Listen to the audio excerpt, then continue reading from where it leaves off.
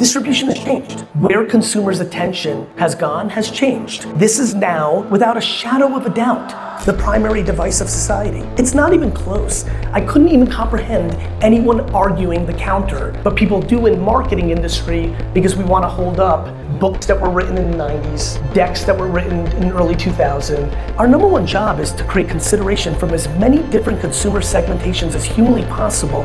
Why wouldn't you want everybody on earth to buy it? I hope that some of you have already read the headlines of Chili's in the US, where 40% of its revenue in Q3 is attributable to one TikTok.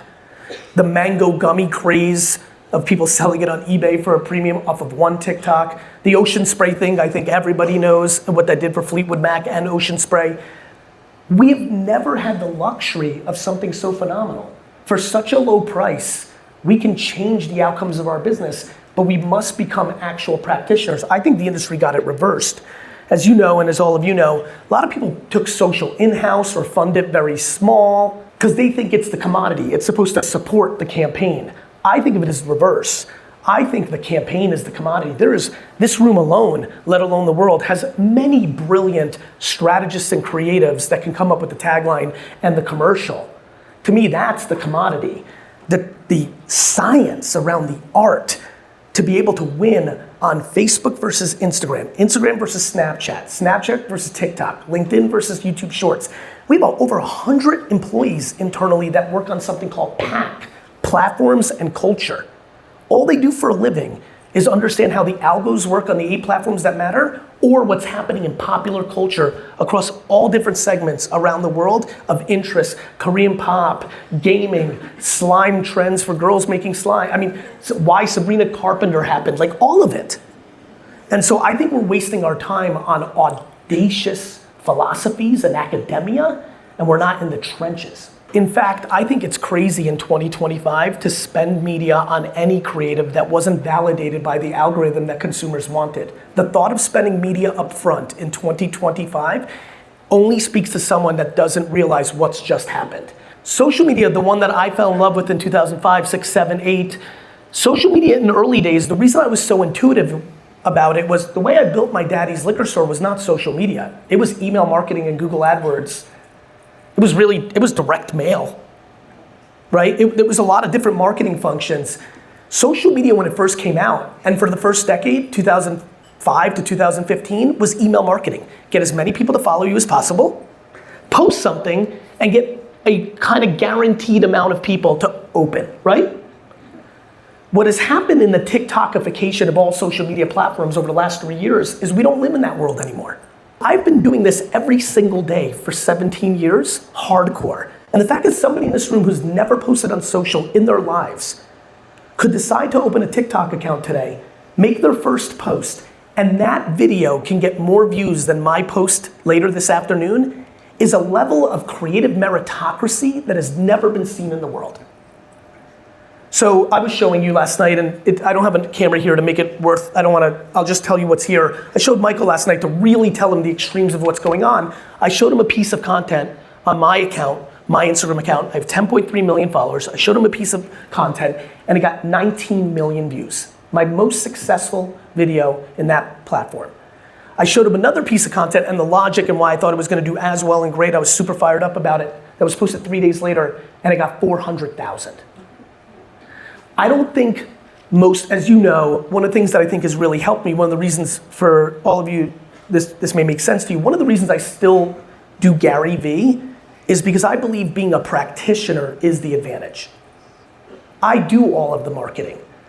VeeFriends, my dad's wine text, like being an operator of marketing every day as a CEO is a substantial competitive advantage.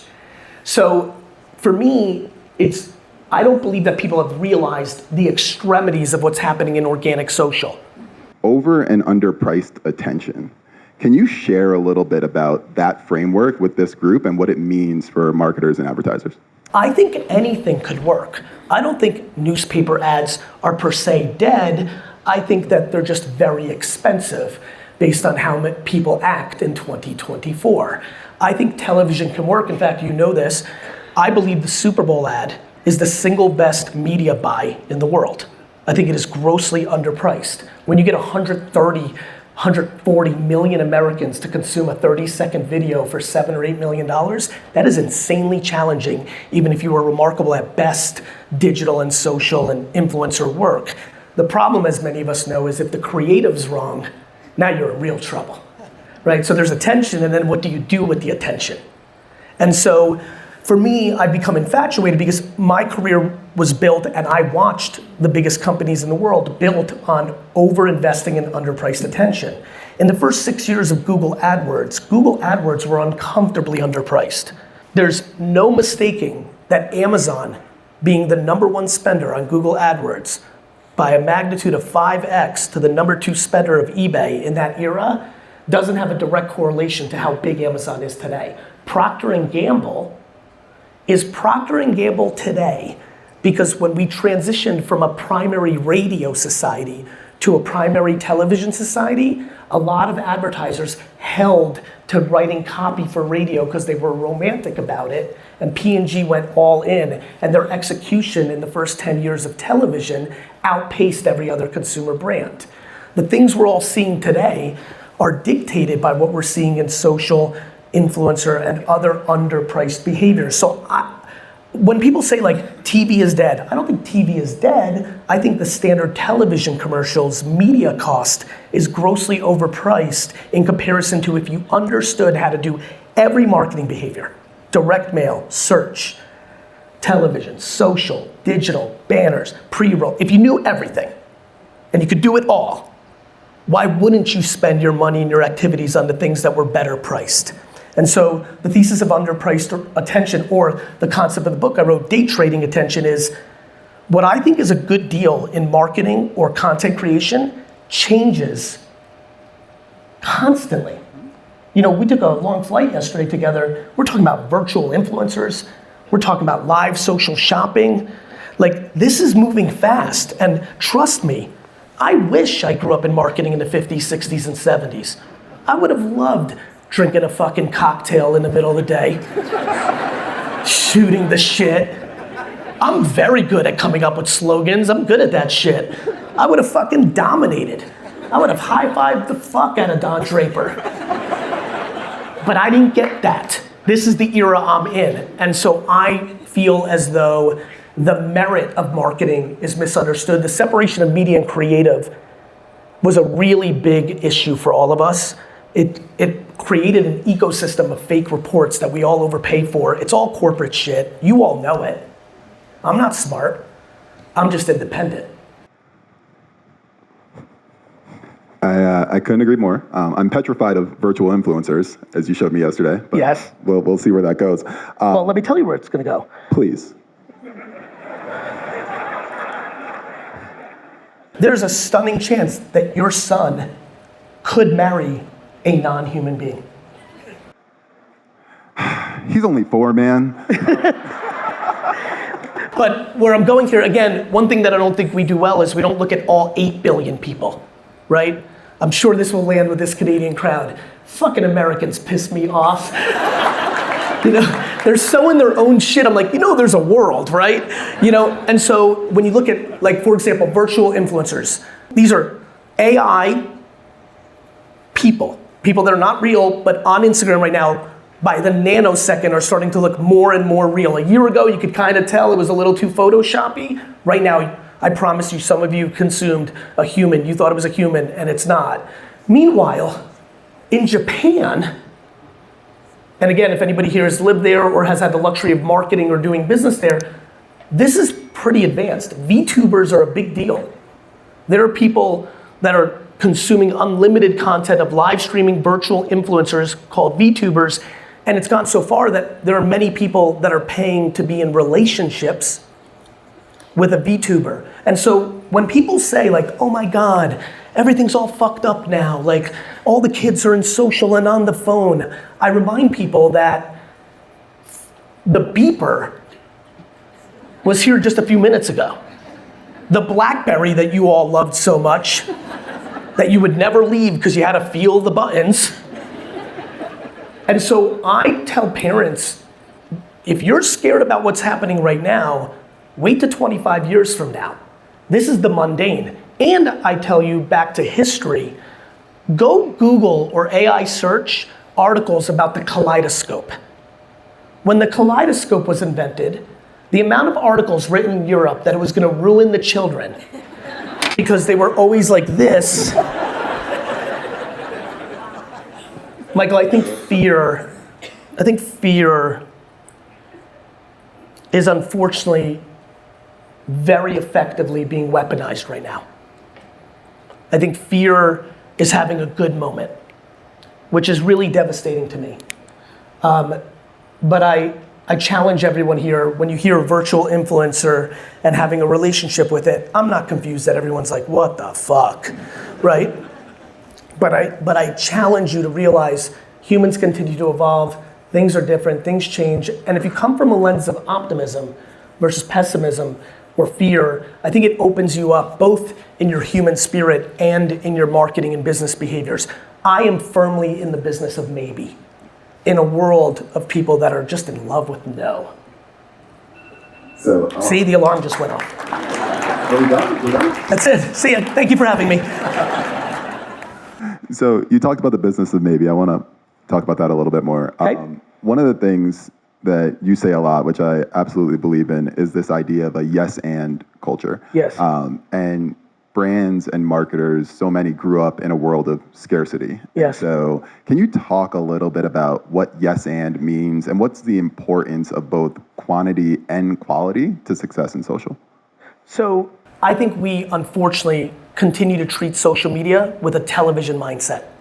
That we will sit in a boardroom and come up with ideas and judge every word, and the grid of our Instagram is being treated like a full page ad in Vogue, and we're not letting go of this incredible insecurity known as my subjective opinion.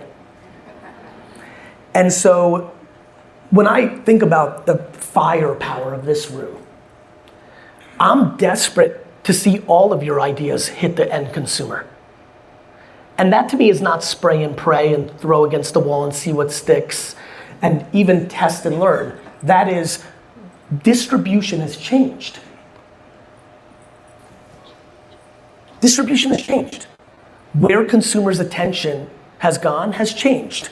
This is now, without a shadow of a doubt, the primary device of society. It's not even close. I couldn't even comprehend anyone arguing the counter, but people do in marketing industry because we want to hold up books that were written in the 90s, decks that were written in early 2000. And so what yes and to me is, if you're trying to sell Starry or these sneakers or anything that's represented in this room, our number one job is to create consideration from as many different consumer segmentations as humanly possible. Why, if you were trying to sell something, a vision, a story, or a product or business, why wouldn't you want everybody on earth to buy it? So sitting around and thinking one video, one vanilla video, and then matching luggage to support that vanilla video is the right way to do marketing in 2024. You do understand that every basic common sense, somewhat solidly bright person on earth that doesn't live in our industry thinks everything we do is stupid, right? Like animatics, focus groups of 6 customers when we have social media. Like, what are we doing? And so, yeah, I mean, we love a good campaign. We're gonna wait. I mean, I feel so bad for creative agencies. All I hear from CMOs is like, blah, blah, blah, they didn't crack it. No shit, they didn't crack it. You're making a subjective opinion, they're pitching you subjective opinions, but I also don't have empathy for it because in 2024, spending 7 months on a brief and an idea and then pitching it is illogical. And so yes and to me is, everyone here has unlimited good ideas of stories that may resonate with many different consumer segmentations, and now we have this blessing, marketing blessing, called social media, where for the first time in the history of marketing, the creative creates the reach. Let me say that nice and slow for the kids in the back, Michael.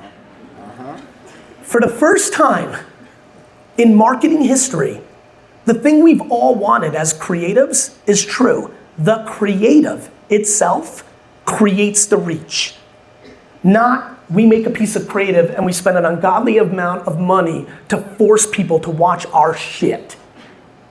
This is huge, and until people understand it, they will continue to lose market share. Couldn't agree more. I want to push a little bit on the idea of behaving as an operator. Okay. So you sit across VaynerX at this point, multiple different companies under the umbrella. You could easily just focus on leadership, chairman style role across all of these different entities, but you spend a lot of your time engaging in the day-to-day of all of those businesses and spending time researching to truly actually operate the businesses. Number one, how do you think about the balance between acting as an operator and trying to act as a leader across all of those businesses? And number two, how do you think that manifests itself in a competitive advantage against other agencies that might operate in a different way? Well, look, I mean, the number two is simple, and for anybody that owns an agency here or aspires to, staying independent as long as humanly possible is the competitive advantage. I don't, again, there's a lot of things that have happened in my life where I don't get high on my own supply. I don't think I'm special or good or smart.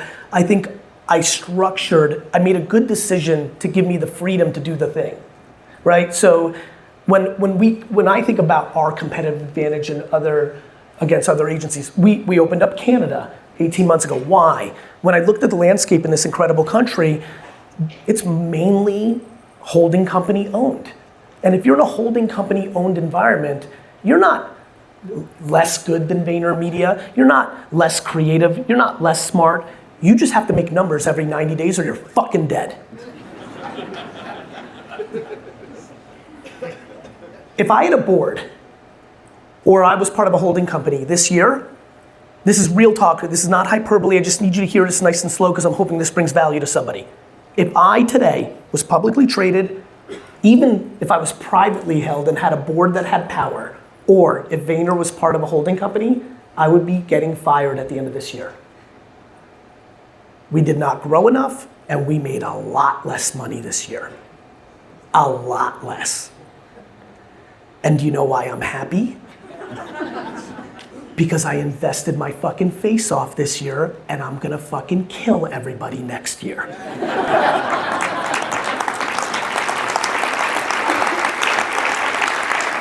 That does not make me better than the competition. It means I had the luxury to do that. And so I have actually deep empathy and compassion for the agencies that are part of this. I feel bad, I get it. Those MDs, there's a lot of stress, and the industry's changing. Nobody's confused by that. There's a lot going on in our world. So that's how I think about that. The practitionership, yes, you know this. I come in cold into meetings and I know what's going on because I'm living it every day. My team's like, we want to prep you for the meeting. I'm like, I've been prepped. There is no prep. There's no need for prep. I'm not coming in cold. I'm not a banker. I'm in this shit. Yeah, that was a dig. So that is a very big deal to me. And as far as the way practitioner operating or leader, chairman, look, I think when you own a business, just like when you're a parent, everything's on you. How do I think about it? That is my responsibility. And I ebb and flow. And I think, again, for parents or owners in here, or leaders or CEOs, I would ask you to not beat yourself up. You're trying. Like some weeks are gonna be better than others, some years are gonna be better than others, some months are gonna be better than others. Sometimes I feel like I'm the most dominant force in the game, and other days I'm like, man, you're fucking overrated, GaryVee. But I think that's the life journey. To me, I never get too high, I never get too low. One of the reasons I've been able to be a public figure for so long is when I post something and somebody puts a goat emoji, I don't think I'm the greatest, which protects me from when somebody says I'm a piece of crap, because I don't think I'm a piece of crap. And I worry about what people that actually know me think about me. And I'm enjoying the process. Thank you, it's very nice. So number one, I think that's right on. And I want to make a little bit of a shift from Please. some of the practitioner aspects of social media. I want to talk a little bit about values and perspective. Yes. I've had the luxury of meeting people that work across a lot of VaynerX. What I've seen consistently, and I'm really impressed by, is the shared values and culture of everyone who's in your orbit. And so how do you think about maintaining a sense of perspective when we're working across everything you're working across? There's so many demands on your time. And then how do you think about the shared values that I see, at least, across everyone that's in the Vayner universe? And like, how do you think about the way that you project that out on a day-to-day basis? Thank you. Two very simple sentences that I think answer that question. Number one, if you are a leader and you are confused by the following sentence, you have no shot of winning long term. The sentence is, employees and anybody that works for you are actually your boss. The second, as a leader, you understand you work for everyone, not the other way around, is the second that you can actually accomplish something. Humility is the sheer superpower of society. So number one, I think the reason you see what you see, and it's not just, VaynerX has 8 or 10 companies in my advertising home, but then as you know, there's VaynerSports, there's VeeFriends, my Pokemon thing, there's the restaurant group, there's a lot going on. And you see it across the board on two things. I work for everyone, and number two, I fire every single person that is not a good human being, regardless of how much money she or he makes for me.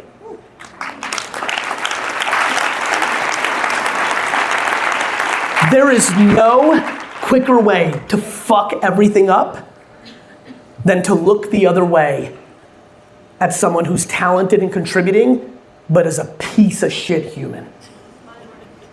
Period. And so my success rate is not based on how I hire. My success rate is based on how I promote and how I fire. Hiring, my friends, is guessing. Let there be no, boy, oh boy, was I gifted with intuition and people skills. It's a real blessing. Give all the credit to my parents having sex at the perfect nanosecond. And I have hired atrociously in my 30-year career because I'm too optimistic. There's a little bit of too much charity in the way that I hire. It's just who I am. Hiring is guessing. Promoting and firing is knowing. Hire faster because you're not going to figure it out anyway. Fire faster and promote fastest. One of the big mistakes a lot of us make is when we know we have something great on our hands, we wait a year. We wait 2 years. When I smell or sniff out somebody great, I'm letting them know fast, often with action on title and or dollars. If nothing else, by human interaction of like having a dinner and saying, you fucking got it, I want you here, let's get to know each other. The lack of time that people spend with their people, how could you have a relationship if you don't spend time together? The amount of time that bosses don't spend with people is staggering to me. I spend a shocking amount of time on 15-minute check-ins, 30-minute drinks, human interaction. The level, again, this industry knows this. I have an agency that's 14 years old. We have almost 100 people that have been at the company for 10 plus years. Do you know how fucking insane that is in our industry? That is earned. That is by giving a shit.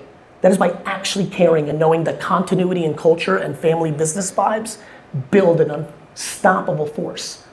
And so effort is the answer, my friend. I think that's right on. I want to talk about your other superpower a little bit that we were talking about yesterday, timing. So again, you've launched multiple different companies. You've leaned into platforms when the industry wasn't ready for it. How do you think about, and how should everyone in this audience think about figuring out when is the right time to make a change? When is the right time to make a shift? When is the right time to take a shot on something that might not be common knowledge or an expected play at a given point in time? Ironically, we've talked about both of the answers to this question. Number one, when you have humility and don't think you know anything and think the customer is always right at scale, it's the easiest thing to do all time. 6 years ago when I was yelling about TikTok, and now I get a lot of flowers for that, that wasn't a genius, that already happened. When people give me a lot of I'll do a podcast, like, Gary, you see around corners, you're Nostradamus, you're this. I'm like, no, I'm not. I'm just paying attention, right? Like Saturn, Let's do a real one right now. In the US, Saturn app. What is Saturn app? Most people don't know it, definitely not in Canada. It's a US thing that's really happening. It's a calendar app for high school kids. In the US, they did a very weird, 80% of high schools have this very weird model where you're on a 5-day cycle. I don't know if they have it in Canada too. Like, it's not like Monday, Tuesday, like, you know, like Tuesday could be day 3. Like, it's confusing. So they built an app to make it easier for high school kids that looks like a Google calendar, and has now penetrated 80% of high schools in America. 80% of 14 to 18-year-olds are on an app. Then they miraculously add chat on top of the calendar. Go fucking figure, smart fucking move. There's 80% of high school kids 14 to 18 right now as I sit here in Banff on this app. When I start talking about it in this exact meta moment, and in 3 years when it becomes the first thing since Snapchat and TikTok to actually be a thing, it wasn't that I saw around corners, it's that I'm paying attention every day and it's already happened. You just don't know about it. Meaning, people at my level are living in penthouses, not playing in the dirt, Michael. I'm in the fucking dirt, Michael. Can I go to the penthouse? You can. You so can, brother, because what I believe is the penthouse sounds nice. But if you love the fucking game, the penthouse is boring. So, you know, what's my timing about? It's about humility and listening. Like, I'm just paying attention to what consumers do all the time. Live social shopping, like Whatnot, is crushing. TikTok Shop is crushing. It's not like, of course, live social shopping is going to be the buzzword next year. It's happened. I'm not guessing. I've been watching it I've been watching Whatnot for 4 years. Timing is about watching everything, knowing when things are premature, and then getting loud when they're ready. When everybody was like, we need to build metaverses. When, you know, obviously I'm very bullish on NFTs and blockchain stuff, but all my clients are like, we need to build a metaverse. We have this pitch. We need to build like a store in the metaverse for $1 million. I'm like, there's 14 fucking people in the metaverse. But do I think I'm gonna build a virtual store in my career? You're damn right, I think. I just don't know when. So you watch, and then when you see there's enough tipping point, that there's enough scale that companies of this size would actually give a crap, you go. And so timing has been about paying attention. I don't guess.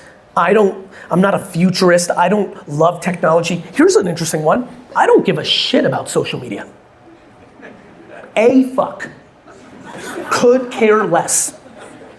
Cannot wait to make videos in 7 or 8 years saying, you marketers are doing social media, what the fuck's wrong with you? I care about the truth of the data. I don't like GRPs. They're fake as fuck.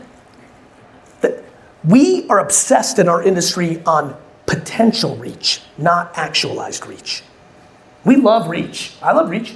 I want to reach 8 billion people. I wish this talk right now was reaching all 8 billion people on Earth. I like reach. I like real reach. We buy fake reach. Yes. Thank you, man. We have to get out of this cycle. There's and by the way, I say this to my agency friends because I don't think about competition. Like, I cheer for other agencies. I like when they win. I even like when they beat us in things. If you are good, and this is, kid, how old are you?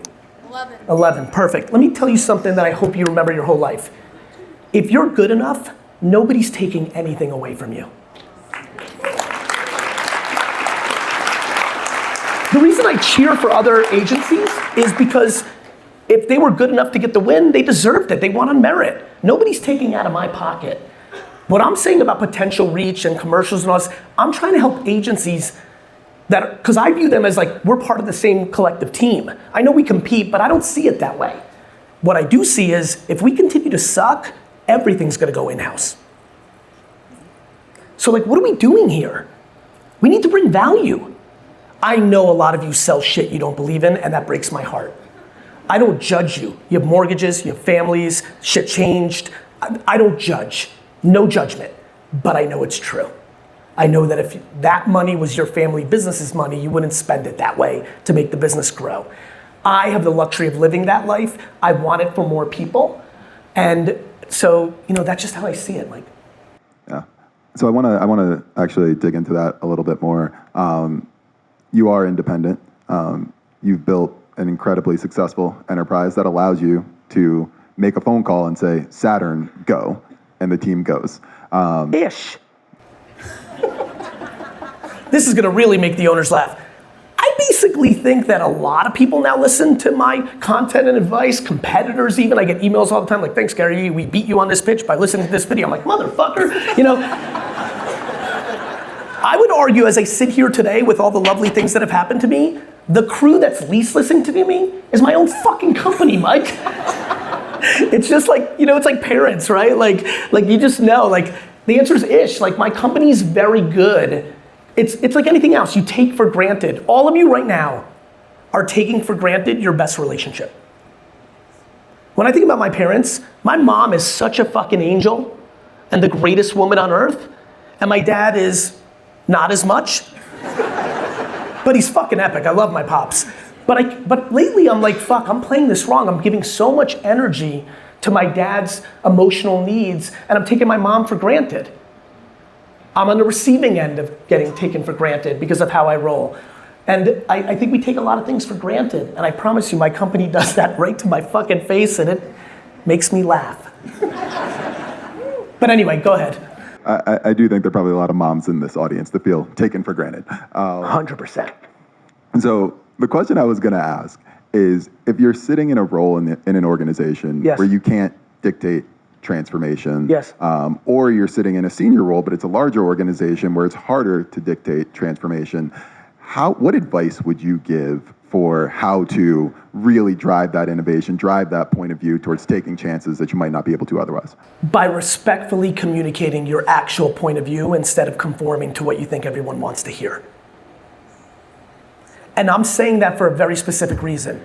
I'm doing that for you personally in the seats right now because your career will advance based on your historical correctness or incorrectness. There are many people right now saying things or agreeing to things in boardrooms that they know are not right, and unfortunately they're doing it because they think that's what will work currently in the business. And meanwhile, as the business gets challenged by doing the wrong things, you're gonna be the fall guy and fall gal for it. Let me tell you something very real, because I've lived this life a lot. It is much more fun to die on your own sword than to die on someone else's. My friends, there's a lot of marketing transformation going on, you know it. You may know that your company can't change it. You may know your CEO's best friends with the agency holding company guy or gal, and they're gonna run TV anyway, or programmatic digital, whatever it is. But mentioning it in the room, what about? Like, how about this brand that only lives on TikTok that's taken up a ton of our market share? How about that? Like, talking truth. People are listening, and it will set you up. Please don't keep your mouth shut when you have a true belief. Don't speak out of your ass. Don't talk about things you don't know. But if you know, the answer is to respectfully communicate it. And then if nothing happens and you want to be part of transformation, I have tremendous news. If you don't like how the company's rolling, quit. Be accountable. You're unhappy that nobody listens to you? Go find some place that will. Or know that you're being there for another 3 years because you're paying off something or something's important, and shut your fucking mouth. Complaining is for losers. Complaining is for losers. Complaining is for losers. If you're a complainer, that's okay. DNA, parenting, luck of the draw. If you're a complainer, I just have a fun game for you to play the next couple weeks. Pay very close attention to who listens to your complaining. It's only gonna be two groups of people. The people that love you so much, they're like, fuck it, I'll listen. Or other fucking losing, complaining humans. Audit your fucking circles, friends. Audit your circle. And I have proof because my mom's the only one who listens to my. So I know we're close to on time. One thing I do want to make sure we talk about is one of the things that I love about you, love about working with you, is your passion. And you've talked about it, we talked about it at dinner last night. One of the things that you said was most important for your children is following their passion. Yeah. For everyone in this audience, as they think about what they're working on, what they're doing from a career perspective, from a life perspective, like any advice on how to truly follow your passion? Michael and I were talking about, like, I came from zero. I grew up in a studio apartment, a fourth of the size of this stage, with 6 other family members. And we were talking about like making it and having children that are, like I said to Michael, like, I was 16 before I ever went to a New York Knicks game and we sat in the last row. And I said, you can't fake environment. You're not gonna get kids that are fortunate to have the same level. You just can't. You can't fake environment. But what you can focus on is being a good human being. And like, there are many controllable things. Who you are born into is not thing we could control. And so passion's important to me. And the reason it's important to me is the following. I don't know if you know this, but you were not born for a very long time. Like, the world's been around for a minute. I also don't know if you are aware of this, but when you die, you're fucking dead. So we're like here, all of us right now. This is it. And it's long and it's short. And no matter how much work-life balance you are aspiring for right now, I think we can all agree, work takes up a lot of time in your life. You subtract sleeping, and it gets really weird how many hours are in it. The thought of not being accountable enough to realize that if you are miserable at it, if you are sitting here right now, and let's go 1 to 10, and I do live 11. I do, and it's the great blessing of my life. Those, those bullshit motivational quotes of like, if you love it, it's real. Like, I'd rather go to work. If you knew how excited I was to get out of here right now and fly for the next 6 hours and do work email, it would probably make you feel sad for me, but I'm fucking pumped. I like it. I would literally, actually, it's fun to say right here, it's usually my go-to on this, but this is perfect. I would literally rather have a business meeting than go fucking skiing. Yeah, sorry motherfuckers, I don't like skiing. Like, I don't like it. But I'd rather watch a New York Jets game than work, which is why I do it. Like, I just want you to like it a little more because I think you'll regret it. Here is an incredible blessing that I recommend everyone.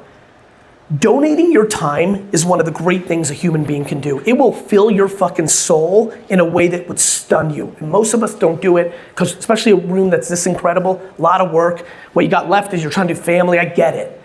If you can donate 5 hours to a retirement home, 5, and you have conversations with people in their 80s and 90s who are not your grandparents, I believe it can have a substantial impact on your life. What you will see up close and personal is the scariest thing on earth, Michael. Regret. The scariest thing on earth is regret. Regret when you don't have a lot of time left is quadruple scary. I believe that you would be doing a mitzvah and a great gift by contributing. I promise you the people in that home would be so happy to talk to somebody. You will be doing such a nice gesture, but it will not be selfless, my friends. It will be selfish, because you will walk out of there, and I believe that will be the drug or the infusion for you to really consider what seems like a tough decision. And you know what sucks, Michael?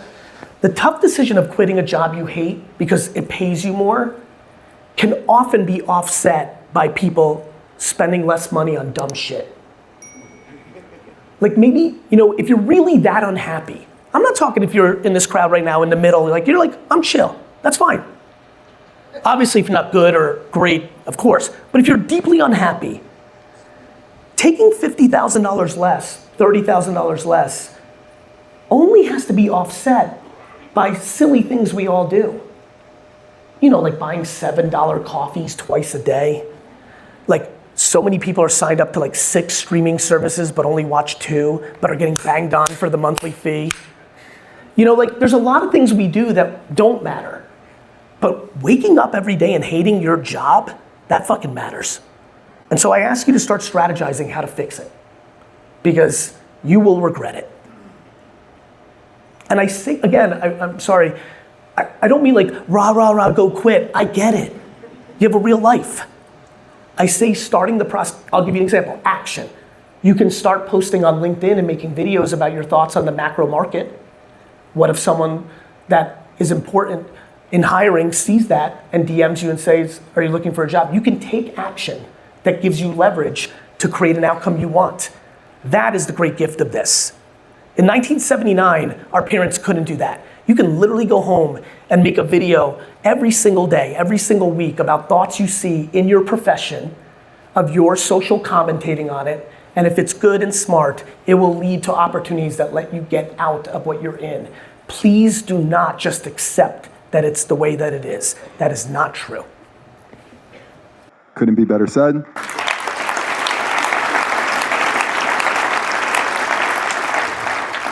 Although, and I know the NFL is here, I'd rather do anything than watch the news.